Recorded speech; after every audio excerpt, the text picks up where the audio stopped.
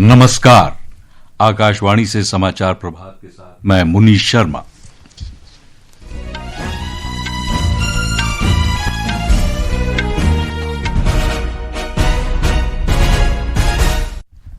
मुख्य समाचार।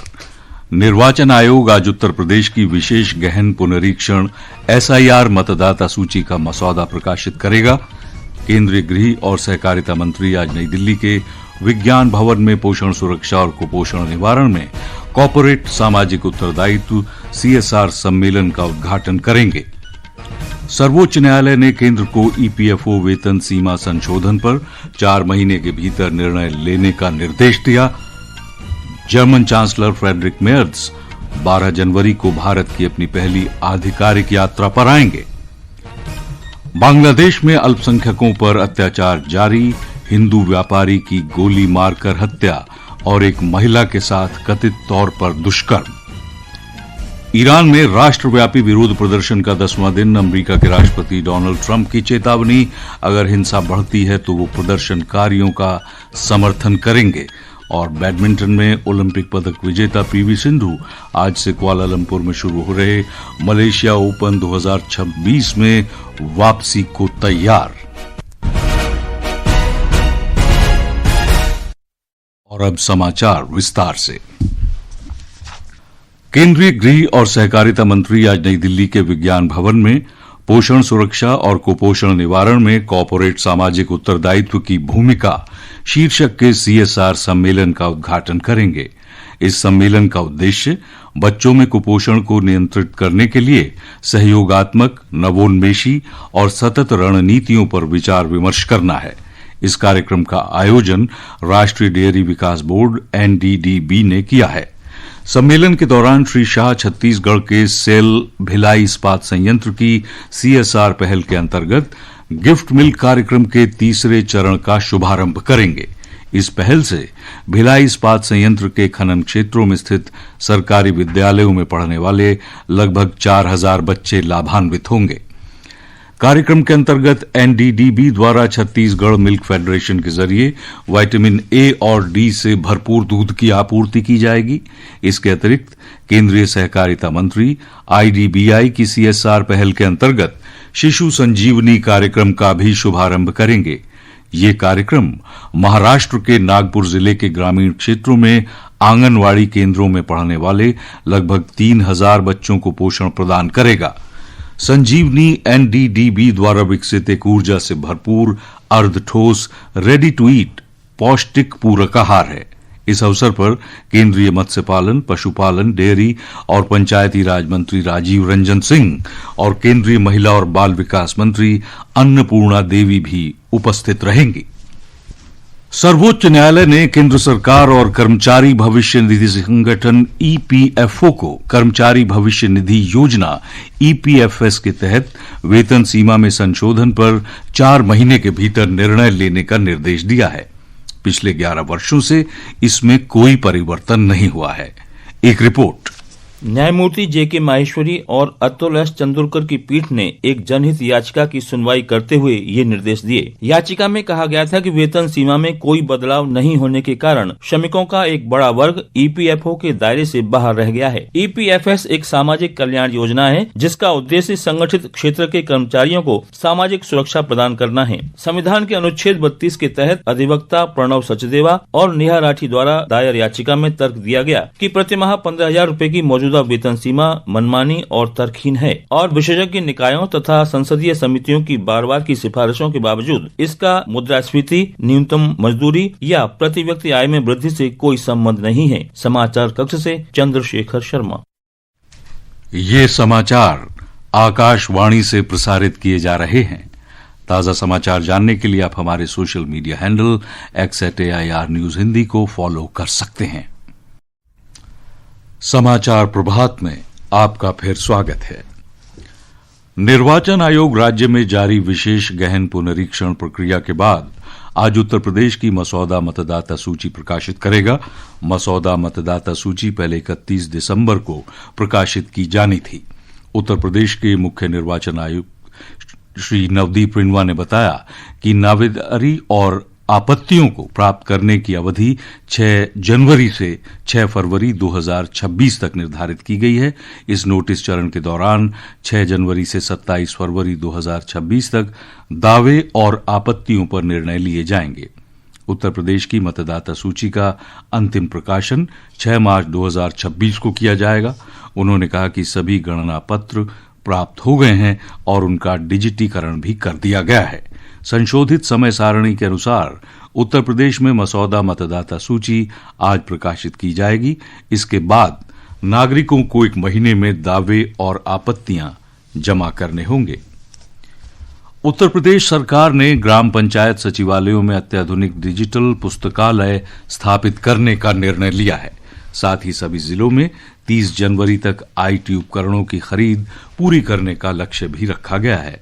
इन पुस्तकालयों के लिए फर्नीचर की खरीद 26 जनवरी तक पूरी करने के प्रयास जारी हैं और उसके बाद डिजिटल पुस्तकालय पूरी तरह से संचालन के लिए तैयार हो जाएंगे।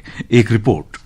पंचायती राज निदेशक अमित कुमार सिंह ने बताया कि डिजिटल पुस्तकालयों में वाईफाई, एलईडी स्क्रीन, सीसीटीवी कैमरे, कंप्यूटर सिस्टम के साथ ही पुस्तकों और डिजिटल शिक्षण संसाधनों का समृद्ध संग्रह उपलब्ध होगा। ई पुस्तकों, वीडियो और ऑडियो व्याख्यानों, प्रश्नोत्तरी और डिजिटल शैक्षिक सामग्री के विशाल भंडार के माध्यम से छात्र अपने गाँव में रहते हुए उच्च गुणवत्ता वाली तैयारी कर सकेंगे। प्रत्येक लाइब्रेरी पर करीब 4 लाख रुपए खर्च होंगे। इनमें 2 लाख रुपए की पुस्तकें, 1,30,000 रुपए के आईटी उपकरण और 70,000 रुपए के आधुनिक फर्नीचर की व्यवस्था की जा रही है। प्रदेश के सभी जिलों की ग्राम पंचायतों में चरणबद्ध तरीके से डिजिटल लाइब्रेरी खोली जाएगी। ग्राम प्रधान और पंचायत सचिव लाइब्रेरी का प्रबंधन करेंगे, जबकि सहायक अधिकारी इसकी नियमित निगरानी करेंगे। सुशील चंद्र तिवारी, आकाशवाणी समाचार, लखनऊ। सक्रिय सुशासन और योजनाओं के समयबद्ध कार्यान्वयन के लिए प्रधानमंत्री के प्रमुख तंत्र प्रगति ने अपनी 50वीं बैठक के साथ ही महत्वपूर्ण उपलब्धि हासिल की है। प्रधानमंत्री ने 2015 में इस तंत्र का शुभारंभ किया था। इसके माध्यम से प्रधानमंत्री की सीधी समीक्षा के कारण बुनियादी ढांचागत परियोजनाओं की समयबद्ध निगरानी और मुद्दों का समाधान संभव हुआ है। प्रगति ने केंद्र, राज्य और केंद्रीय मंत्रालयों को एकल डिजिटल मंच पर लाकर सहकारी संघवाद का सशक्त उदाहरण प्रस्तुत किया है। प्रगति से निर्णय लेने की प्रक्रिया, परियोजनाओं में देरी के कारणों का समाधान और जवाबदेही को तय करने में मदद मिली है। ये सिर्फ निगरानी नहीं बल्कि प्रशासनिक सुधारों का भी माध्यम साबित हुआ है।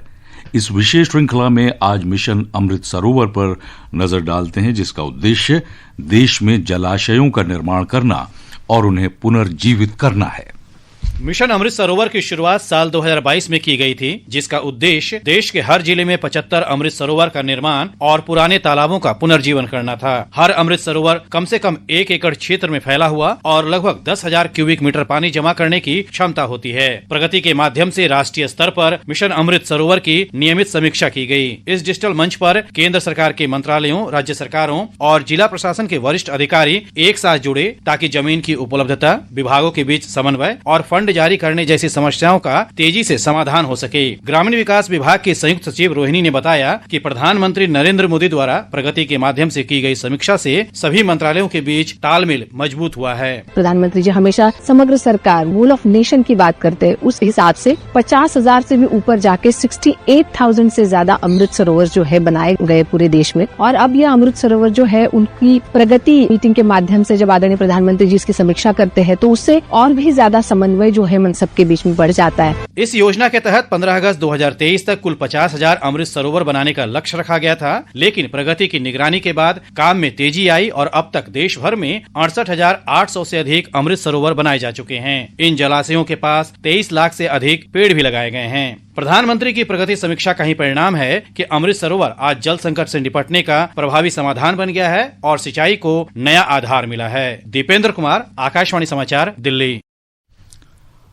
जर्मनी के चांसलर फ्रेडरिक मेर्ज प्रधानमंत्री नरेंद्र मोदी के निमंत्रण पर 12 और 13 जनवरी को भारत यात्रा पर आएंगे। ये उनकी भारत की पहली आधिकारिक यात्रा होगी। विदेश मंत्रालय ने एक बयान में कहा है कि इस यात्रा के दौरान वो अहमदाबाद और बेंगलुरु जाएंगे। प्रधानमंत्री 12 जनवरी को अहमदाबाद में चांसलर मेयर्स का स्वागत करेंगे। प्रधानमंत्री मोदी और चांसलर मेयर्स व्यापार और उद्योग जगत के प्रमुखों से भी बातचीत करेंगे और क्षेत्रीय तथा वैश्विक महत्व के मुद्दों पर विचारों का आदान प्रदान करेंगे। ईरान में पिछले 3 वर्षों में अब सर्वाधिक विद्रोह देखा जा रहा है। देश भर में जारी इस विरोध प्रदर्शन को आज 10 दिन हो चुके हैं। प्रमुख शहरों में सुरक्षा बलों की तैनाती बढ़ा दी गई है। वहीं अमेरिका के राष्ट्रपति डोनाल्ड ट्रंप ने चेतावनी दी है कि हिंसा बढ़ने पर वो प्रदर्शनकारियों का साथ दे सकते हैं। विदेश मंत्रालय ने भारतीय नागरिकों से आग्रह किया है कि वे हाल के घटनाक्रम को देखते हुए अगली सूचना तक ईरान की गैर जरूरी यात्रा से बचें।